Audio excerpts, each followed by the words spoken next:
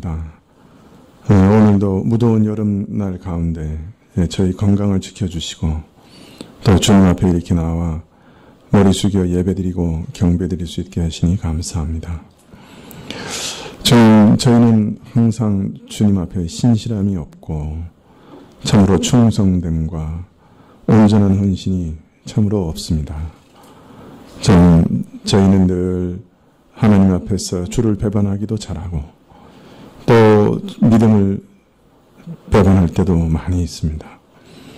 저는 그러나 하나님께서는 참으로 항상 일양 미쁘시고 신실하셔서 저희에게 항상 선대하시며 자비와 오래 참으심과 긍휼로 대하시는 분이신 줄 믿습니다. 저는 그래서 그러한 자비와 오래 참으심을 의지해서 저희가 또한 주께 나왔습니다. 주님 앞에 엎드려 예배드리며 저희 마음을 드릴 때 주님 저희에게 중심으로부터 우러나는 진실된 찬양과 감사와 경배와 또 주를 경외하며 높이는 일이 있게 하여 주시옵소서. 저희가 그저 몸만 나왔다가 돌아가는 자들이 아니라 성전 마당만 밟고 가는 자들이 아니라 저희 마음을 다 들여서 하나님께 우리의 사랑을 고백드리고 우리의 경배를 주님께 드리고 주님 앞에 엎드려 참으로 절하면서 마음으로 하나님을 사랑하고 높이며 경배드릴 수 있도록 허락하여 주십시오. 이러한 마음은 정말 저희에게는 없는 것이라 성령께서 우리에게 선물로 주셔야 하겠고 또 하나님이 누구신지를 알아가는 지식이 참으로 장성하여 하나님 앞에서 참으로 온전하게 저희 마음을 드릴 수 있어야 되겠사오니 성령 하나님께서 우리를 도우사 저희 마음에 신실함이 없는 것을 회개케 하시고 온 마음으로 주님께 헌신하며 우리 자신을 드릴 수 있도록 간구하는 영을 허락하여 주시옵소서. 또 그러한 기도에 응답하사 참된 중심으로 저희 마음을 다 들여 하나님을 섬길 수 있도록 도와주시옵소서. 우리에게는 신실함이 없으나 주님 우리에게 신실함을 성령의 열매로 허락하여 주옵시고 우리에게는 인내나 또 우리에게는 충성이나 우리에게는 온전한 자기 헌신이 없사오나 주님께서는 우리에게 일양 미쁘신 모범을 보이셨사오니 우리 주 예수 그리스도를 닮아가게 하시고 또 우리에게도 그러한 일들이 선물로 주어질 수 있도록 허락하여 주시옵소서. 그래야 우리가 늘 하나님께 참으로 충성되고 하나님 앞에서 신실하고 하나님 앞에서 진실되이 행할 수 있도록 주님 도와주시옵소서. 저희가 참으로 우리 것을 드려 하나님께 헌신하는 일도 우리에게 선물로 허락하여 주시옵소서. 아버지 하나님, 오늘도 우리 자녀들을 축복하고 또 주님 앞에 올려드립니다. 저들의 영혼을 주님께서 받아주시고 지켜주시고 눈동자와 같이 돌보아 주시옵소서. 주님, 참 저희가 이 땅에 살아가는 동안에 여러 가지 환난과 어려움 당하고 또 질병도 겪으며 또 상하기도 하는데 주님 우리 자녀들을 모든 질병에서 고쳐주시고 또 상함에서 건져주시고 온전히 고쳐주시기를 이 시간에 간절히 기도드립니다. 아버지 하나님, 저희 가운데 참 먹고 사는 문제가 점점 힘들어가는 그런 세상 속에서 살아갑니다. 저희가 참 피곤하게 일하여야 겨우 먹을 수 있는 그런 상황입니다. 주님께서 불쌍히 여겨 주시옵소서.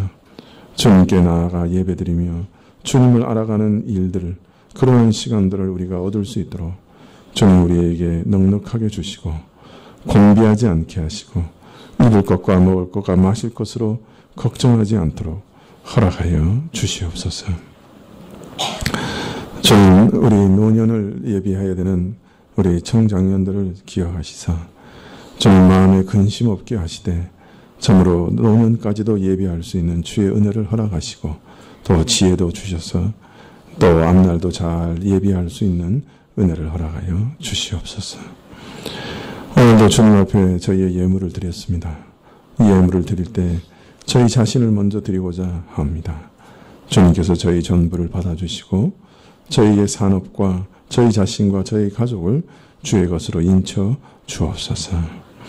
오늘도 말씀을 허락하시기를 간절히 구하오되 예수님의 이름으로 기도합나이다. 아멘. 이 말씀은 야고보서 1장 2절부터 5절까지 말씀입니다. 야고보서 1장 2절부터 5절까지 말씀입니다.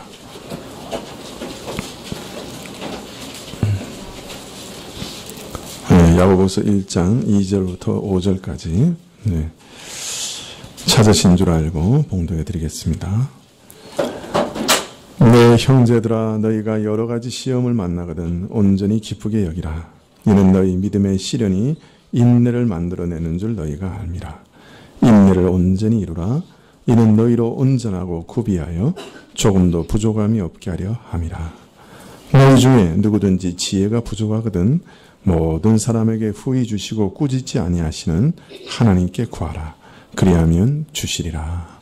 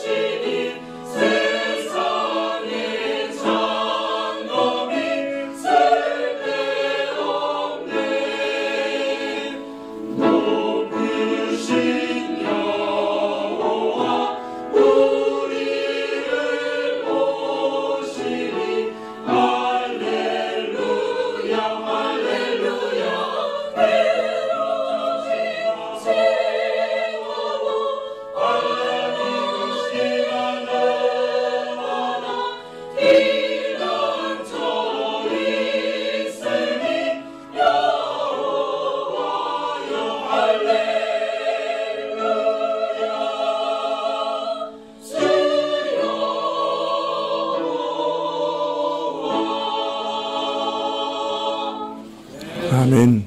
예, 예, 감사합니다. 신자는 항상 하나님을 의식하는 사람들이죠. 예수님을 믿은 다음에 우리가 참으로 달라지는 것이 있다고 하면 이상하게 하나님을 늘 의식하면서 살아간다는 거예요. 하나님이 살아계시고 또 하나님께서 나를 주목하여 보고 계신다 하는 이 의식이 떨어지지가 않죠. 뭐 바쁠 때는 뭐 막 정신없이 살아가지만 어느 날 마음을 고요하게 그냥 갖는 순간에 하나님을 그냥 의식하게 되죠. 하나님이 나를 지금 보고 계신다 하는 것을 항상 우리는 의식하고 살아가게 됩니다. 또 신자는 자신의 모든 삶을 하나님과 관계해서 해석하고 하나님과 결부해서 생각하고 판단하고 살아갑니다. 그래서 어떤 일이 벌어지면 하나님께서 내게 이런 일들을 허락해 주셨다. 그래서 좋은 것을 얻으면 하나님께 감사하고 또 하나님께서 모든 것을 인도하신다. 이런 것들을 우리가 늘 생각하면서 살아가는 자들이죠. 그런데 이런 신자가 시험과 고난을 당하게 되면 문제가 생깁니다. 사실 신자가 이 시험과 고난 가운데서 가장 견디기 어려운 것은 그 시험과 고난 자체가 아니에요. 우리가 늘 경험하게 되는 것이지만 시험과 고난이 우리에게 닥치면 가장 견디기 어려운 것이 뭔가 하면 왜 내가 이런 일을 당하게 됐을까? 하나님께서 나를 혹시 기뻐하지 않으시기 때문에 내가 이런 일을 당하는 것일까? 참 하나님께서 내게 진노하셔서 내가 이런 일을 당하는 것은 아닌가? 혹 하나님께서 나를 버리신 것은 아닌가? 하나님께서 내게 지금 노하시기 때문에 환난과 그 결과 징계를 당하고 있는 것은 아닌가? 이런 마음이 들면 사실은 그 시험과 고난 가운데서 오히려 더 낙심되고 더 좌절되죠. 예. 사실 우리가 계속해서 한두 가지 시험이 아니라 연속되는 환난과 시험 가운데 빠지면 꼭 마귀가 우리한테 옵니다. 그리고 와서 이게 질문을 하죠. 야, 하나님께서 정말 너 사랑하시냐? 그거 맞냐? 야, 너 이미 하나님께 버림받은 거 아니냐?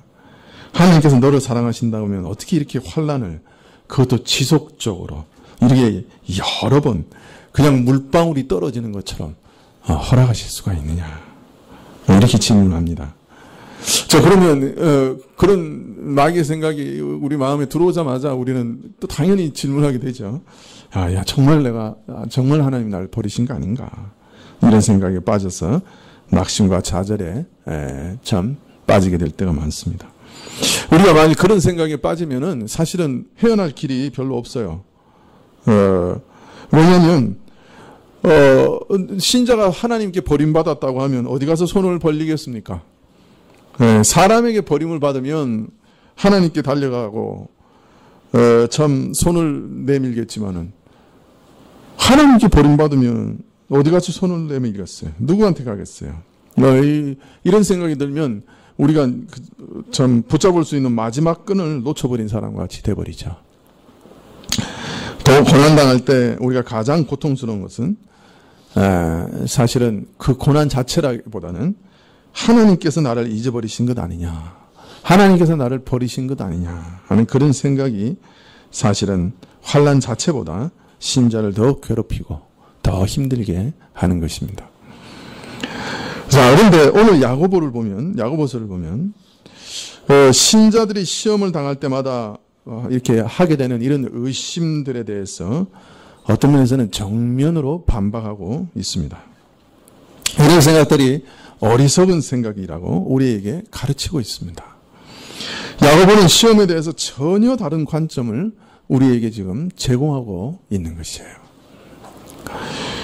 우선 야고보는 우리 지난 시간에 살펴본 것처럼 여러 가지 다채로운 시험이라는 말을 통해서 우리 인생이 여러 가지 시험에서 결코 자유로울 수 없는 존재다 하는 것을 먼저 가르치고 있습니다. 즉 다른 말로 말하면 이 인생이란 참 다채로운 시험이 가득한 존재요. 그래서 어떤 의미에서는 이 시험이라고 하는 것이 인생에게는 자연스러운 일이다. 그렇게 말하고 있습니다. 하나님을 아는 사람이든지 모르는 사람이든지 간에 모든 인생들은 여러 가지 다채로운 시험을 피할 수 없는 존재라는 거예요. 인생은 고난이 가득한 존재라. 그러므로 신자에게도 여러 가지 시험이 닥쳐오는 것이 이상한 일이 아니라. 네. 이건 인간이 태어나서 살아가는 삶의 본질이 사실은 고난이 가득한 것이라. 예, 그래서 시험과 고난이 닥쳐오는 것이 그 뭐 좀 이상한 건 아니다. 이제 이렇게 먼저 말하고 있습니다. 성경에 보면 오히려 신자는 믿지 않는 사람보다 더 많은 시험과 고난을 당한다. 그렇게 얘기하고 있습니다. 예수님께서도 뭐라고 얘기하셨냐면 나를 위하여 아내나 자식이나 전토를 벌인 자는 금세에서 100배나 받되 핍박을 겸하여 받고 라고 말하고 있습니다. 분명히 예수님을 믿으면 영육간에 참 충만한 은혜를 약속하고 계셔요. 그건 부정할 수 없습니다. 그런 의미에서 우리는 다 기복신앙을 가져도 좋다고 생각합니다. 복의 근원이시니까 우리는 어떠한 복이든 뭐 하나님께 나아가 구할 수밖에 없죠. 그리고 분명히 영육간에 참으로 주님을 따르는 자들에게 충만한 복을 약속하고 계십니다. 그런데 더하여 또 약속하고 계시는 게 있습니다. 뭐라고요? 핍박을 겸하여 받는다. 그래서 예수님 믿으면 반드시 고난을 또 함께 받게 된다라고 약속하고 계시는 거예요. 고난은 예수님이 약속하신 거예요. 그래서 시험과 고난이 없는 건 이상한 거죠.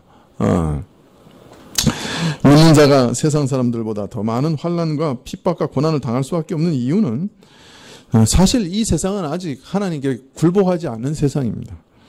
이 세상은 하나님을 대적하는 것이에요.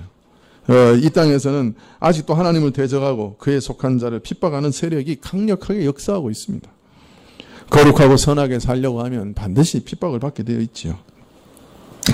마귀는 신자들을 유혹하고 속이고 위협하고 충동해서 함께 죄를 짓고 함께 망하게 하려고 오늘도 우리를 유혹하고 있습니다.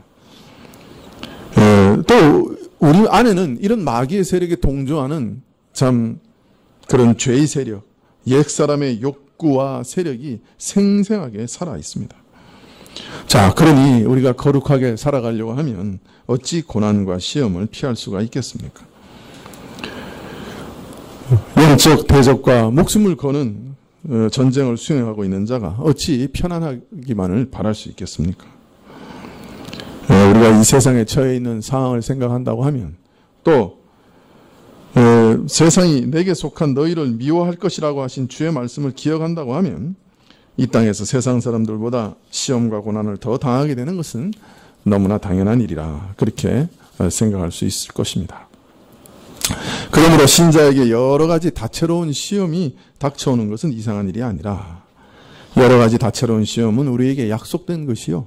그 시험들이 우리가 하나님께 잊혀졌거나 하나님께서 우리를 버리셨다고 하는 그 어떤 표도 아니라 그렇게 야고보는 먼저 우리에게 말씀하고 있습니다.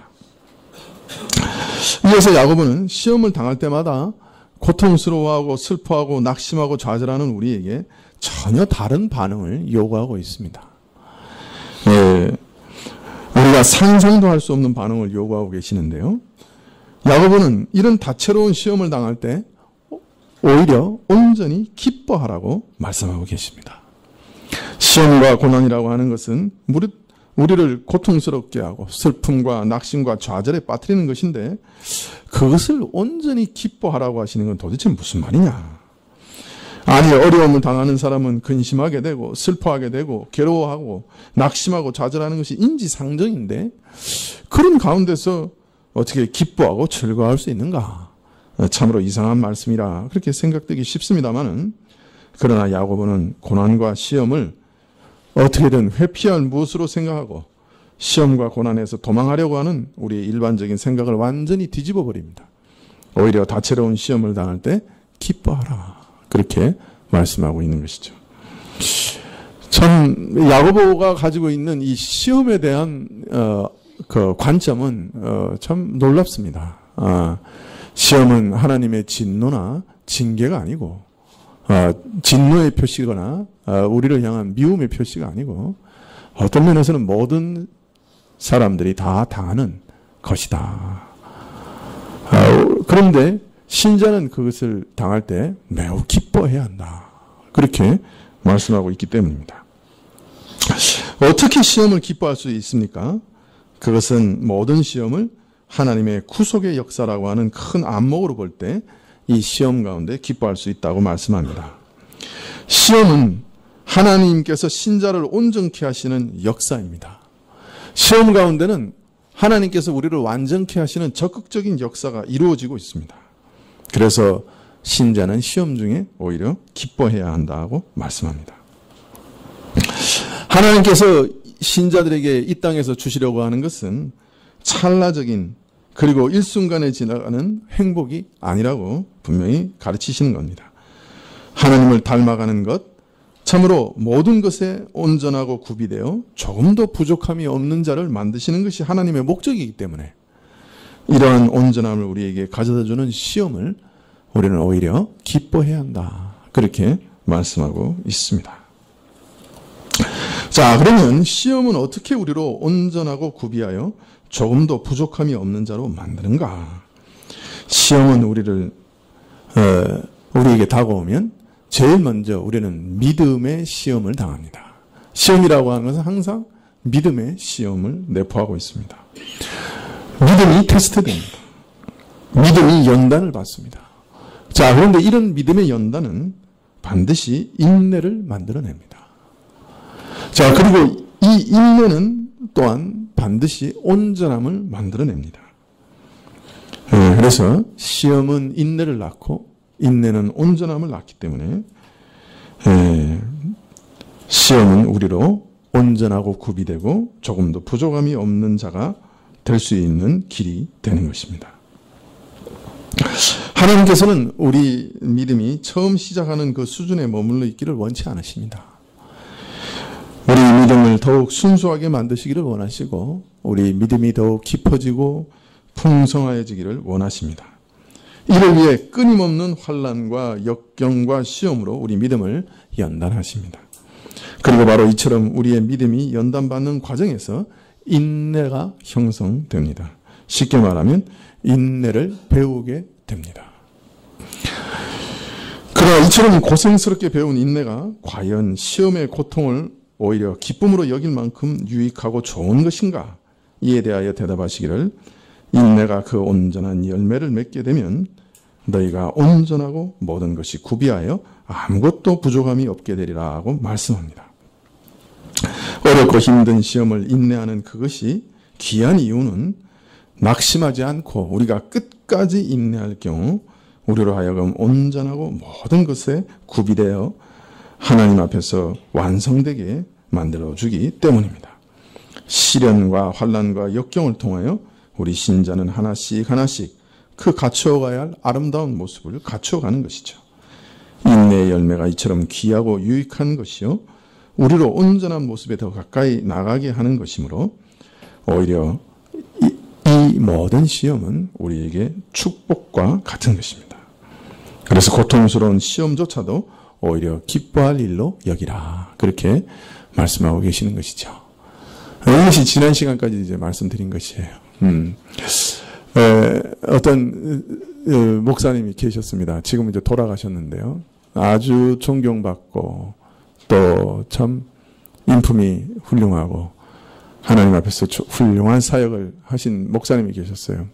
어떤 젊은 청년이 그 목사님을 너무 사모하고 흠모해서 목사님을 찾아갔습니다.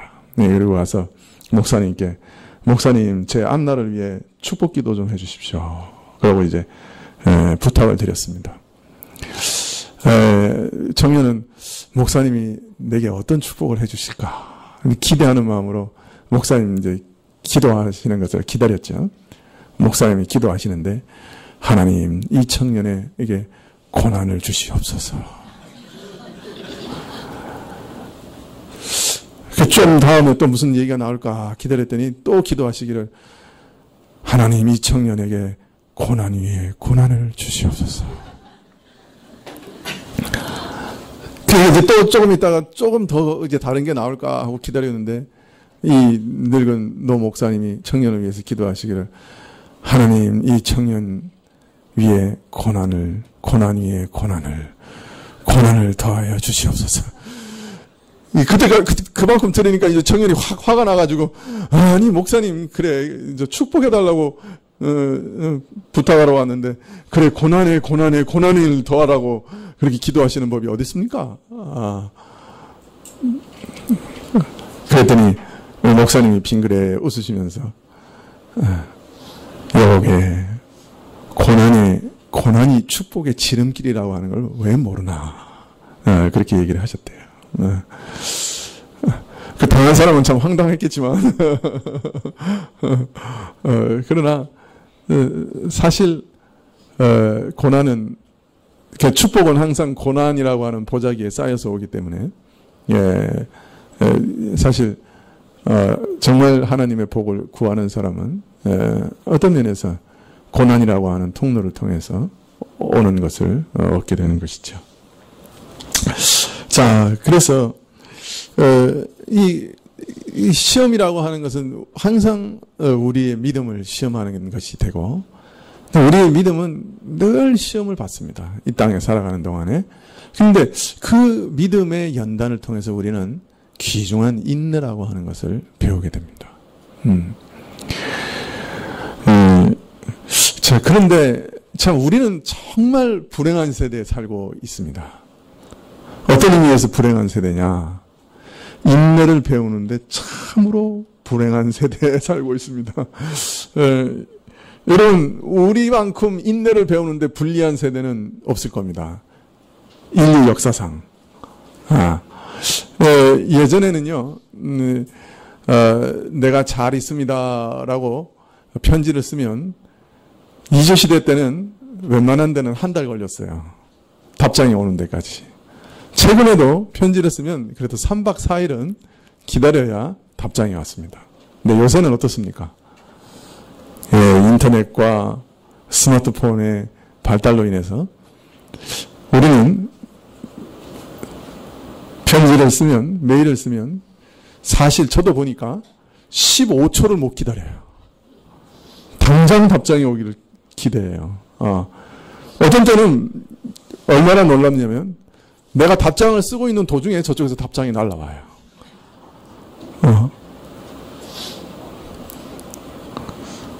정말 어떻게 그렇게 빨리 치는지 모르겠어요.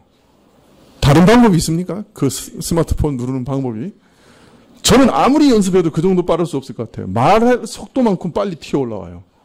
네? 말로 하면, 글쎄, 이 속도가 말하는 속도요. 이 카카오톡에서 올라오는데, 보면은,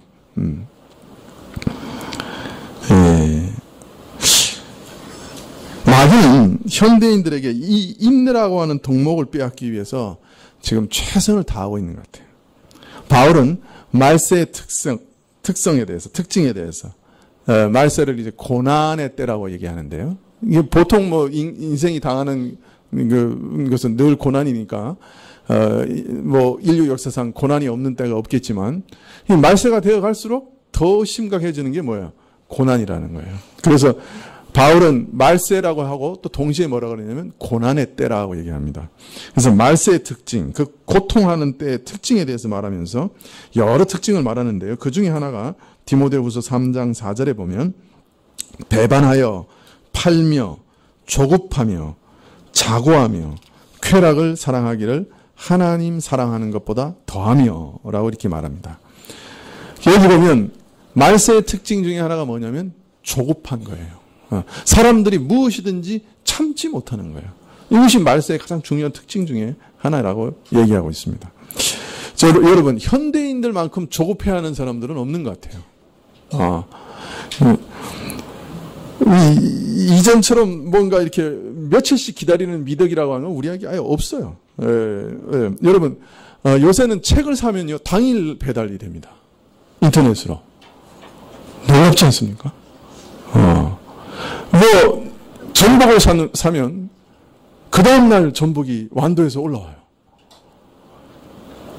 하여튼 우리나라가 또 이것을 세계에서 최고일 것 같아요. 그죠? 그만큼 우리나라는 세계에서 가장 참지 못하는 민족이 되어가고 있는 것이죠. 이것이 축복인지 불행인지 모르겠어요.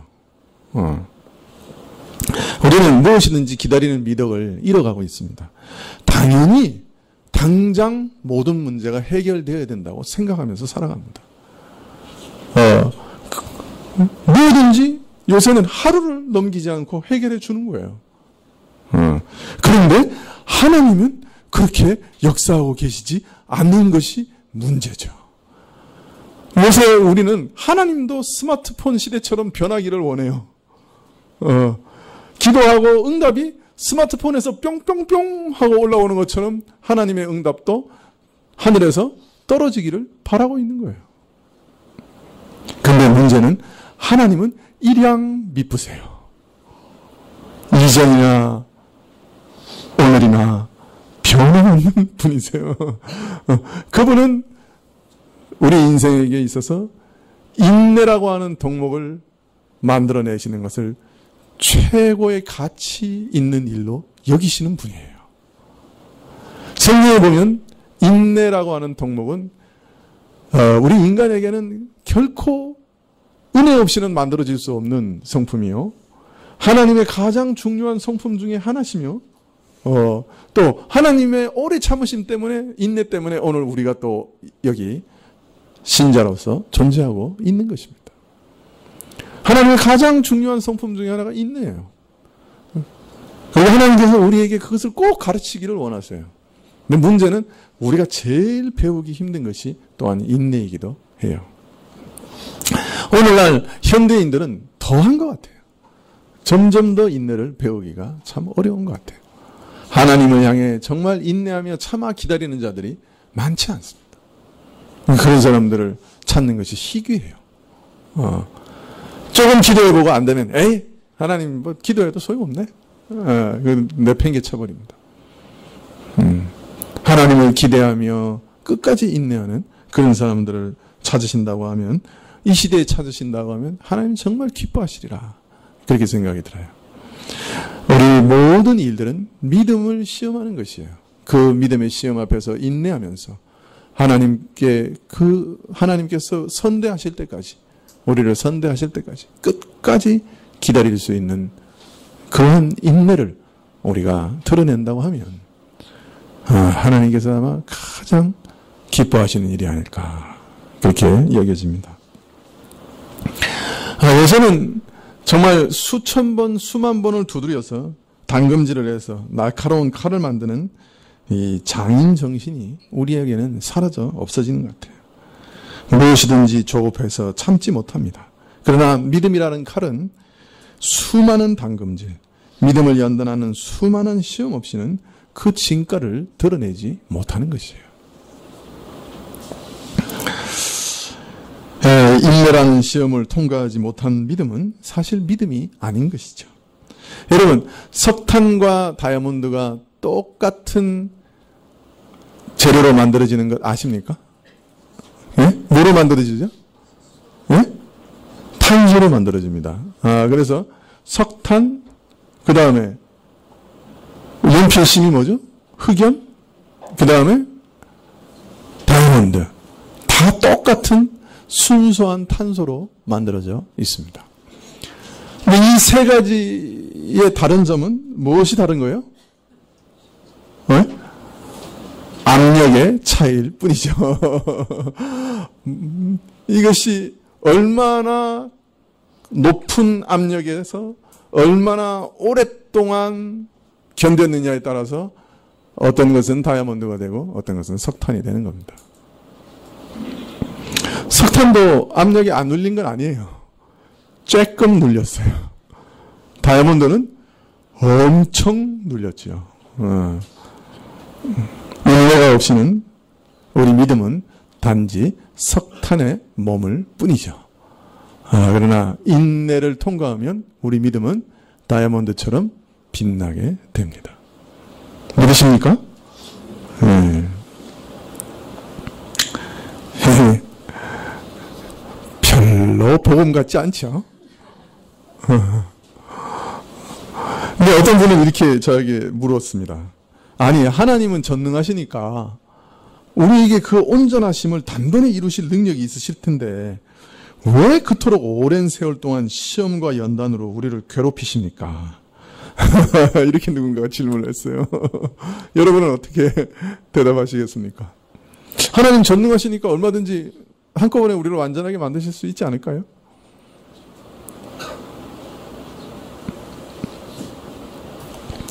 네. 그러나 성경의 히브리서 5장 8절에 보면 이런 말씀이 있어요. 그가 아들이시라도 반드시 고난으로 순종함을 배워서 온전하게 되었은즉 자기를 순종하는 모든 자에게 영원한 구원의 근원이 되시고. 예수님조차도 시험과 고난 가운데 무엇을 배웠다고요? 순종, 인내와 순종을 배우셨다고 말씀하고 있습니다. 오랜 압력 없이 다이아몬드가 만들어질 수 없듯이 오랜 고난과 시험의 압력 없이는 온전함을 배울 수가 없는 것이 하나님의 계획이고 하나님의 방식이고 하나님의 섭리입니다. 예수님도 고난 가운데서 인내와 순종을 배우셨다고 말씀하고 있습니다. 시험에서 승리한 믿음만이 참된 믿음이요, 연단된 믿음만이 참된 믿음입니다. 하나님께서 이 자연계에서도 오랜 압력 속에서 다이아몬드를 만들어내시는 것처럼 우리 믿음도 오랜 압력과 연단이 필요한 것이 틀림없습니다. 하나님이 판단하시기에 그 길이 가장 좋은 길이라고 여기신 겁니다. 그래서 예수님도 그렇게 순종을 배우셨다, 그렇게 말씀하고 계시는 것이죠. 그러므로 신자라고 하면 예수님이 가셨던 이 길을 안 갈 수가 없습니다. 우리는 시험과 고난이라고 하는 길을 걸어 마침내 그 나라, 영광의 나라에 들어가게 되는 것이지, 시험과 고난 없이 그 나라에 도착하는 법은 없는 것이에요. 하나님은 시험과 고난 속에서 반드시 가르치실 게 있고, 우리는 거기서 반드시 배울 것이 있는 것입니다.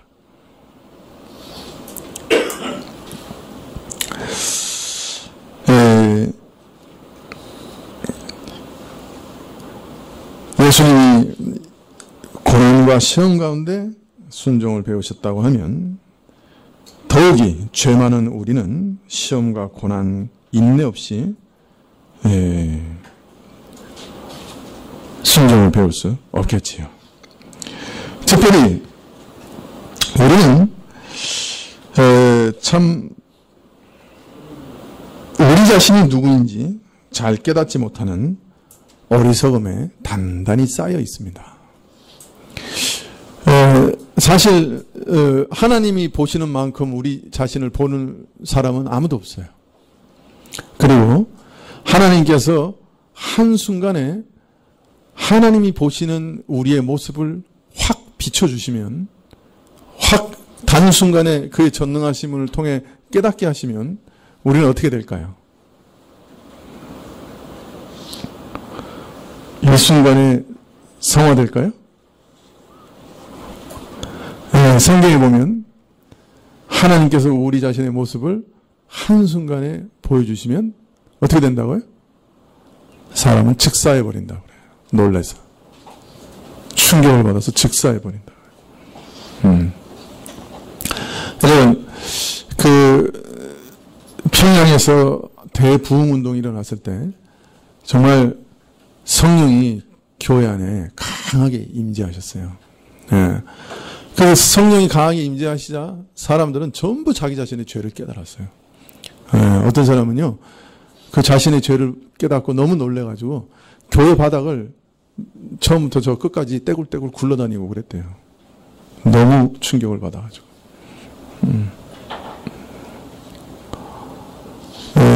제가 믿기로는 하나님께서 왜 이처럼 오랜 인내의 과정을 통해서 우리의 본 모습을 한 껍질 한 껍질 벗겨 보이시느냐, 그것도 하나님의 큰 자비라고 저는 믿습니다. 하나님께서 한꺼번에 우리 자신의 모습을 확 드러내시잖아요. 우리는 아마 기절할 거예요. 아마 죽는 사람도 많을 거예요. 그만큼 우리의 죄는 매우 심각한 것이죠. 하나님께서 우리 어리석음을, 우리 죄악을 하나하나 벗기시는 과정이 시험과 고난입니다. 신자는 누구나 불완전하고 부족하지만 자신 스스로는 그것을 잘 깨닫지 못해요. 그러나 이런 시험을 통해서 신자는 자신의 부족과 허물을 깊이 깨달아갑니다. 사실 어려운 것을 만날 때 우리 자신의 연약함과 부족한 모습이 가장 잘 드러나지요. 네. 참 어려움 없이도 자기 자신의 부족함을 말씀 속에서 늘 깨달아가는 사람은 제가 보기에는 이 세상에서 받을 수 있는 복 중에 최고의 복을 받는 사람인 것 같아요. 그런 사람은 정말 드물어요.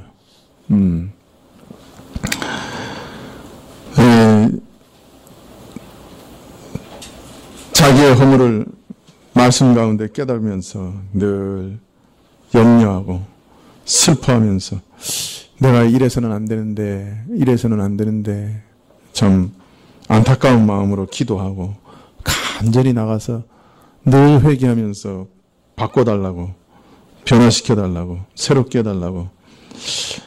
모르겠습니다. 이런 사람이 정말 있을지 모르겠는데 있을 수 있는지 모르겠지만 만약 그런 사람이 있다고 하면 그 사람은 하나님 앞에서 최고의 복을 받은 사람이라 그렇게 말할 수 있을 거예요.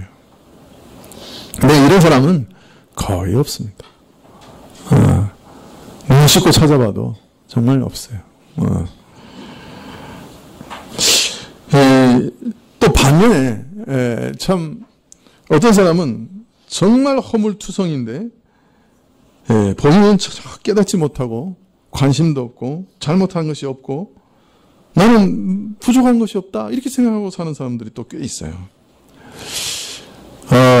이런 사람 중에는 뭐 계속 연단과 시련과 고난을 받는데도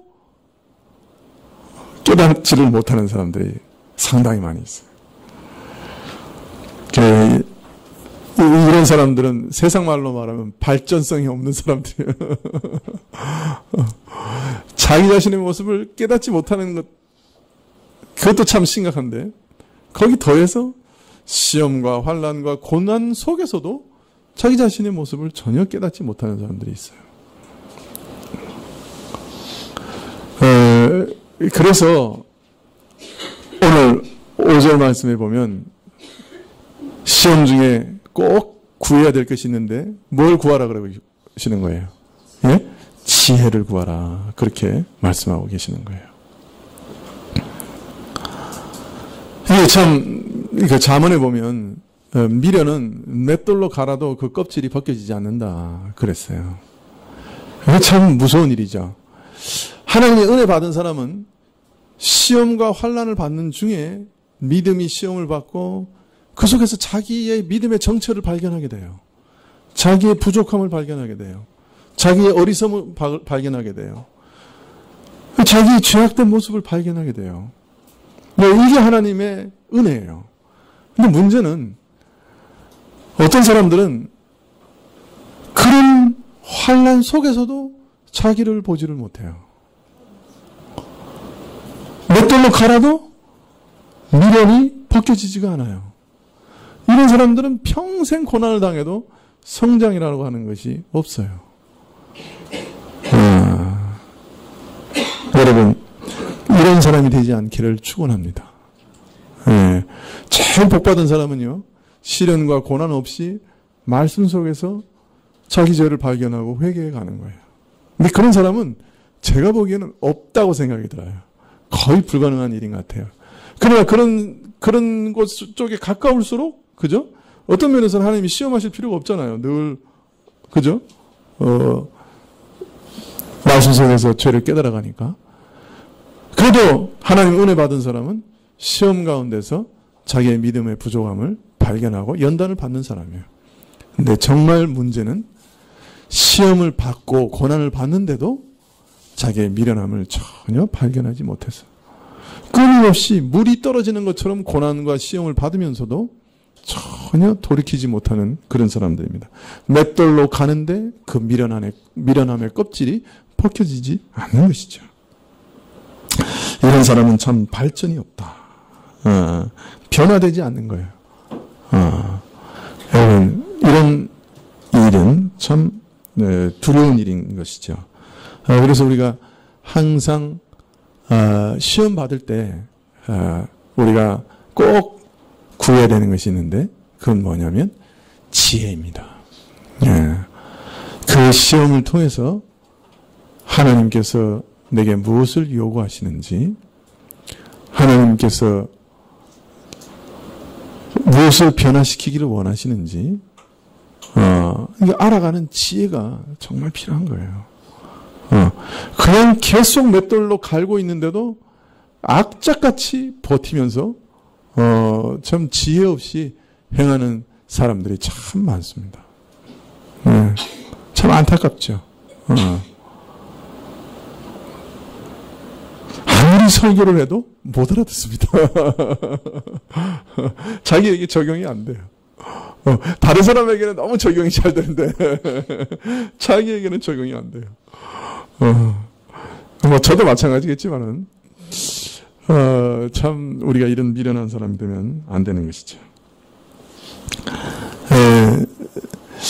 우리의 회개가 우리의 시련과 고난이 헛되게 되지 않기 위해서 우리는 우리의 회개가 점점 깊어지는 그런 은혜를 얻어야 됩니다. 저 어떤 사람은 그래요. 아유, 저 사람 어떻게 10년 전에도 맨날 아침마다 나와서 회개하고 그냥 눈물 흘리고 용서를 구하더니 5년 전에도 똑같고 1년 전에도 똑같고 또 오늘도 저러고 있네. 이런 사람이 있어요. 그러나 그 사람 크게 오해하는 것이에요. 왜냐하면 그렇게 끊임없이 하나님 앞에 나가서 회개하는 그런 사람들은 그 회개의 깊이가 달라요. 자신이 이전에 깨달았던 죄, 그보다 더 깊은 죄들을, 또 거기 더 밑바닥에 있는 숨은 죄들을 점점 더 깨달아가면서 하나하나 남김없이 회개해가고 있는 그런 상황인 것이고요. 참 그가 깨달은 죄의 깊이가 다르고 그가 회개하는 죄의 모습이 다른 것이죠. 자기의 부족함과 허물을 깨닫는 것이 얼마나 중요한가. 또 어떤 의미에서는 그것은 어떤 면에서는 이미 은혜의 입구에, 은혜의 문에 들어갔다 할 수 있습니다. 그런 사람은 간절히 하나님께 나아가 엎드려 기도하게 되지요. 평소에는 우리가 다 평안할 때는 우리의 허물이나 약한 점을 별로 의식하지 않더라도 참 감당할 수 없는 어려운 일 앞에 섰을 때, 야, 내가 이런 악한 자구나. 내가 이렇게 세상에 집착하고 있었구나. 야, 내가 이렇게 참 하나님 앞에서 탐심에 휘둘려 살았구나. 아, 내가 이렇게 진실됨이 없었구나. 아, 내가 이렇게 참 하나님 앞에서 정직하지 않았던 사람이구나. 야, 내가 이게 참 하나님을 이렇게 사랑하지 않는 사람이었구나. 이런 것들을 발견해내는 것이에요.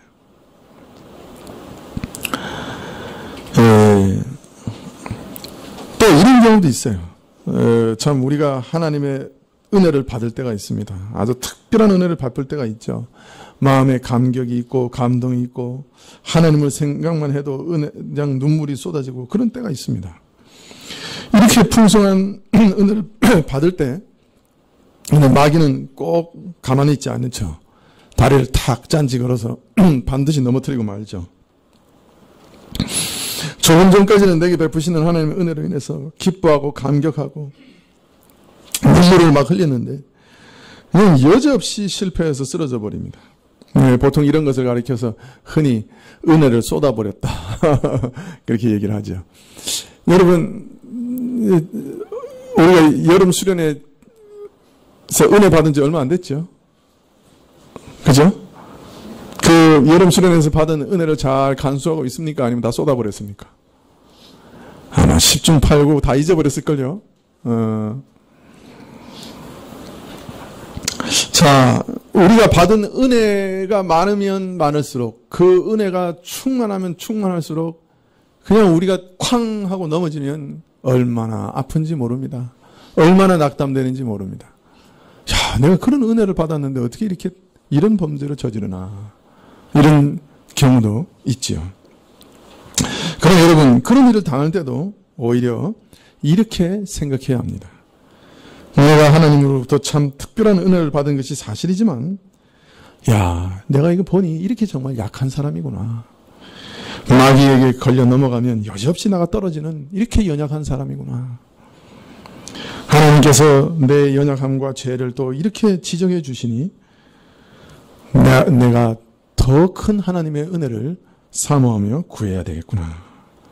이렇게 우리의 실패와 실수를 통해 회개해야 되는 것이죠.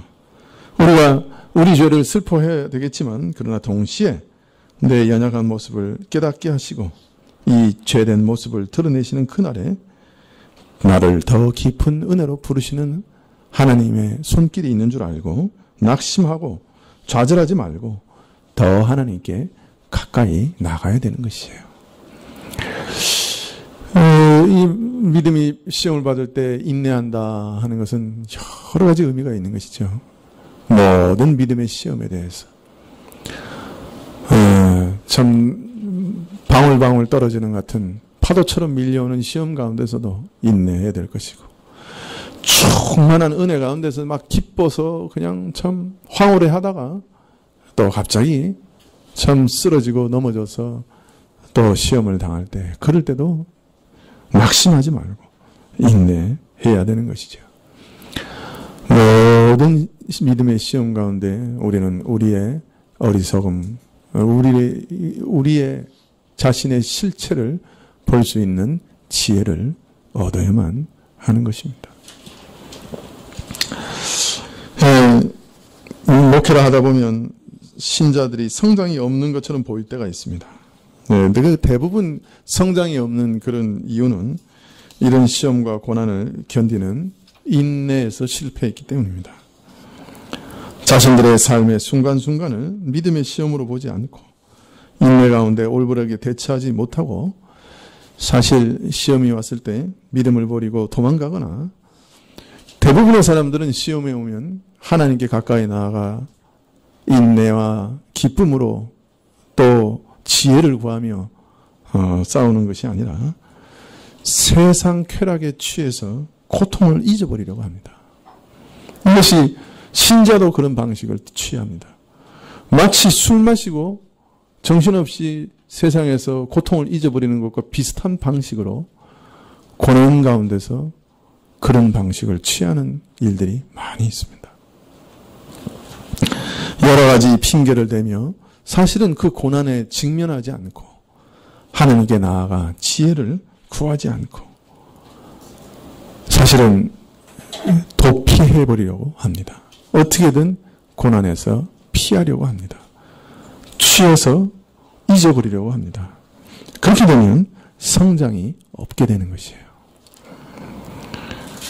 여러분, 고난을, 시험을 당할 때 여러 가지 핑계를 삼고 도망다니지 마십시오.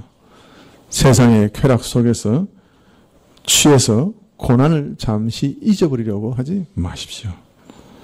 술 취하지 말고 성령의 충만함을 받으라고 바울은 우리에게 권고하고 있지 않습니까?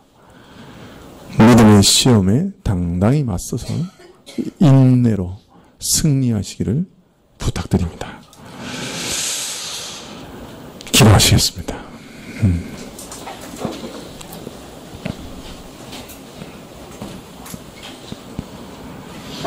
주님 말씀에서 배운 바대로 믿음과 인내는 참으로 하나님의 귀하신 성품을 닮아가는 것이요, 조급함과 성급함은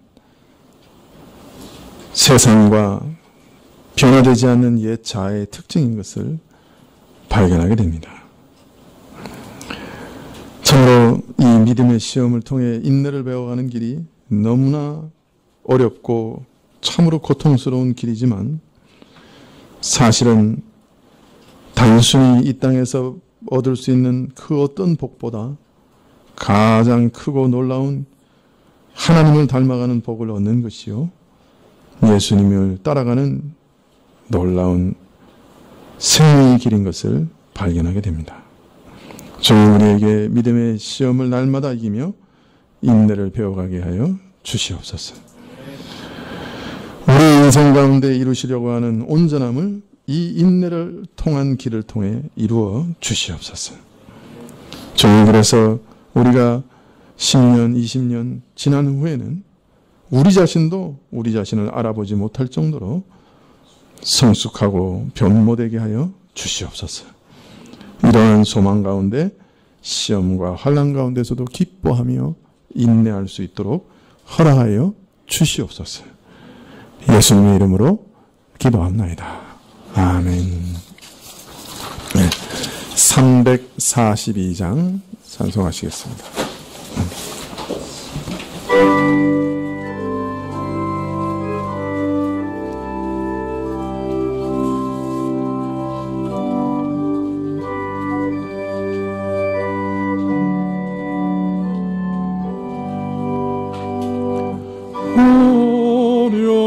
어려운 일 당할 때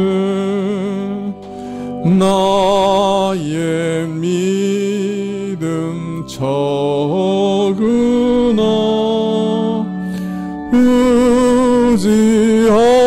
의지하는 내 주를 더욱 의지합니다. 세월 지나갈수록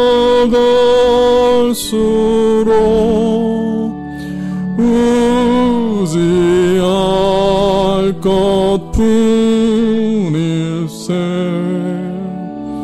아무 일을 만나도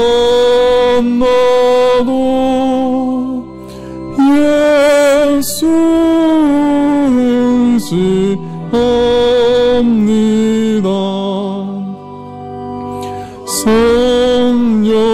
성령께서 내 맘에 밝히 비춰 주시네.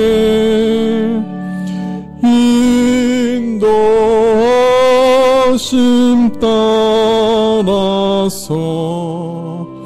주만 의지합니다. 세월 지나갈수록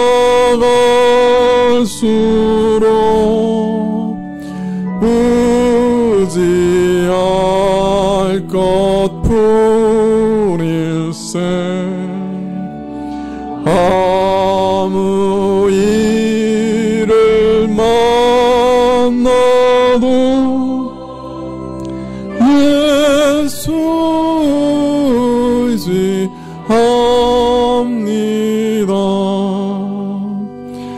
밝을 때에 노래며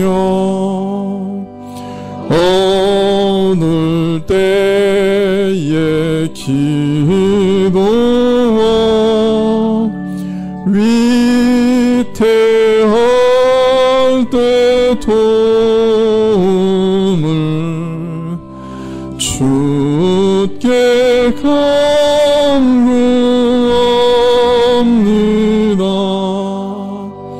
세월 지나갈수록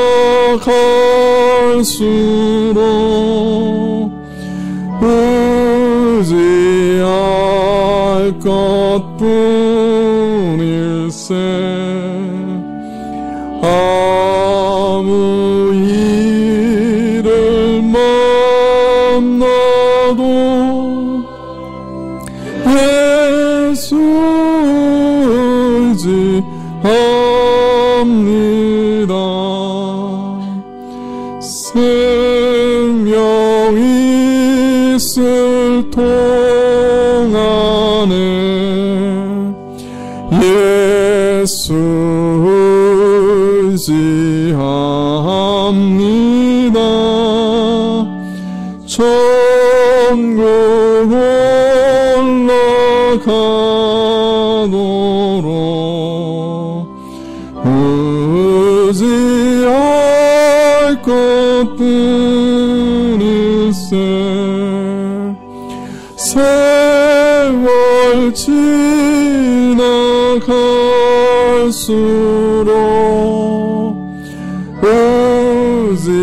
의지할 것뿐일세.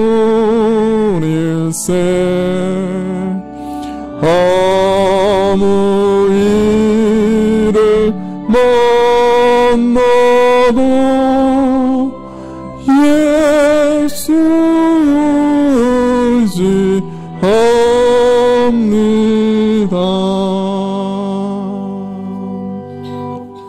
의지합니다. 네, 기도하시겠습니다.